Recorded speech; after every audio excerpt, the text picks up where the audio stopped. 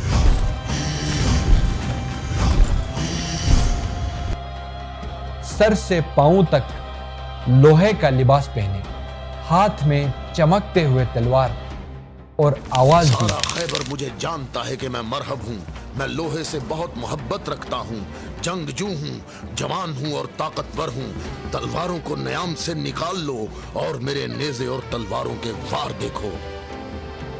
مرحب اس بات سے انجان تھا کہ آج اس کے مقابلے میں ایک ایسا جوان آ رہا ہے جس کی تربیت رسول خدا نے خود کیا تھا۔ مسلمانوں کے لشکر سے ایک جوان آگے بڑھا اور ایک دل کو لرزا دینے والی آواز میں کہنے لگا، میں ہوں علی، حیدر کررہ، میری ماں نے میرا نام حیدر رکھا ہے۔ جنگ شروع ہوئی۔ مرحب نے پہلے حملہ کیا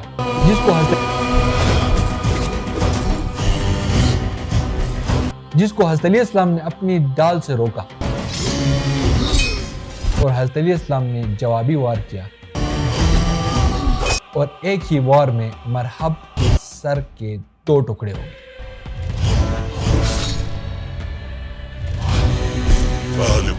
یہودیوں کا غرور پل بھر کے اندر زمین پر ایک لاش بن گئی۔ دیکھنے والے حیران تھے کہ یہ کیسے ممکن ہوا؟ دروازے کا محافظ مارا گیا۔ قلعہ قاموس کے دروازے پر خاموشی چھا گئی۔ مسلمانوں کی فوج نے دروازے کی طرف حملہ کیا، لیکن مورچے پہ بیٹھے ہوئے تیر اندازوں نے ان پر تیر برسانا شروع کیا اور حضرت علی علیہ السلام نے خیبر کے دروازے کو اکھاڑ دیا۔ اس واقعے نے حضرت علیہ السلام کو دنیا کا سب سے طاقتور جنگجو بنا دیا، کیونکہ اس دروازے کو 50 پہلوان مل کر اٹھا نہیں سکتے تھے۔ اس کو حضرت علیہ السلام نے ایک ہاتھ سے اٹھا لیا۔ قلعہ قاموس اور مرحب کی موت کی خبر دوسرے قلعوں کو مل گئی تو وہ سب حضرت علیہ السلام کے خوف سے مسلمانوں کے سامنے اللہ کا رسول ہمیں معاف کرو، ہم نے تمہاری معافی قبول کی۔ یہ صرف جنگ نہیں تھا، یہ غربت کے خلاف فتح تھی، فتنے کے خلاف فتح تھی، ڈر کے خلاف فتح تھی۔ مدینہ مضبوط ہوا، اسلام کی ریاست کو معاشی قوت ملی اور عرب کے قبیلے سمجھ گئے یہ قوت اب رکنے والی نہیں ہے۔